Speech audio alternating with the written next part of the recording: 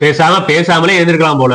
தன்னை மறந்து பாடிய தருணமா வாயை வச்சுக்கிட்டு சும்மா இல்லாம 2 வரியை எடுத்து விட்டு மீம் ட்ரெண்ட்ல முதல் இடத்தை பிடிச்சவர் தான் நம்ம எஸ்.ஜே. சூர்யா. பொதிகை மலையை பிரிந்து என் பார்வையில் நீந்தது தென்றல். இவர் இதை தெரியாமலும் பாடிட்டாரு, அதை ஒத்துக்கவும் செஞ்சுட்டாரு. ரொம்ப உஷாரா ட்ராலே மாட்டாம நல்ல பேர் எடுத்துக்கிட்டு இருந்தேன், வச்சு செஞ்சுட்டானுங்க சார்.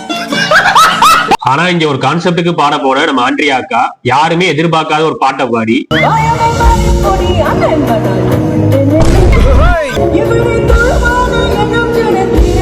ஆதிநாள் அழகுராஜா காஜல் அகர்வாலே மிஞ்சிட்டாங்க. இதை விட அல்டிமேட்டே நம்ம மமிதா பைஜு.